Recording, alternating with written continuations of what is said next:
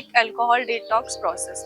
Hello, मेरा नाम पूजा है, मैं क्लिनिकल साइकोलॉजिस्ट हूँ। तो अल्कोहल डिटॉक्स जो प्रोसेस है, इसमें हमारी बॉडी से अल्कोहल को एलिमिनेट किया जाता है, जो कि मेडिकल सुपरविजन में होता है। इस दौरान होता क्या है कि बॉडी में कुछ फिजिकल और कुछ साइकोलॉजिकल सिम्टम्स आते हैं। जैसे 3 फेजेस होते हैं। फर्स्ट होता है इनिशियल फेज। तो जो इनिशियल फेज होता है उसमें जो सिम्टम्स आते हैं उसका ड्यूरेशन होता है 6 to 12 आवर्स, जिसके अंदर एंजाइटी होगी, इरिटेबिलिटी आती है, हेडेक होता है, नोजिया होता है, वॉमिटिंग आती है, स्वेटिंग्स होती है पाम्स में और ट्रेमर्स आते हैं और इंसोमिया होता है। बेसिकली उसको नींद नहीं आती है, डिस्टर्बेंसेस होती है। सेकेंड जो हमारा फेज होता है वो है पीक विड्रॉल सिम्टम्स, जिसका जो ड्यूरेशन होता है वो 24 आवर्स टू 72 आवर्स होता है। इसके अंदर हमारी हार्ट बीट इंक्रीज हो जाती है, हाई ब्लड प्रेशर हो जाता है, कभी कभी फीवर होता है, स्वेटिंग होती है, थोड़ा सा जो हम होते हैं कंफ्यूज स्टेट में होते हैं, कभी कभी डिसओरिएंटेशन भी होता है और सीवियर केसेस में सीवियर लेवल के ट्रेमर्स आते हैं और हेलुसिनेशंस होते हैं। बेसिकली कुछ ऐसी चीजें सुनाई देती हैं, कुछ आवाजें सुनाई देती हैं या कुछ चीजें दिखाई देती हैं जो कि एक्चुअल में प्रेजेंट नहीं होती हैं। फिर आती है हमारी थर्ड स्टेज जो होती है ग्रेजुअल रिकवरी,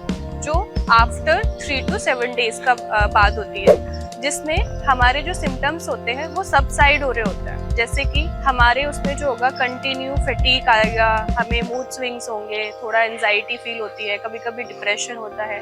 इस तरह के 3 फेजेस होते हैं। इसी दौरान में कुछ पॉसिबल कॉम्प्लिकेशंस अगर होती हैं तो एक होता है डिलीरियम स्टेट, जिसके अंदर लाइफ थ्रेटनिंग कंडीशन होती है, जो कि हमें काफ़ी एक्सट्रीम लेवल पे कंफ्यूजन स्टेट में डालती है। सीजर्स आते हैं काफ़ी बार और हेलुसिनेशंस होते हैं।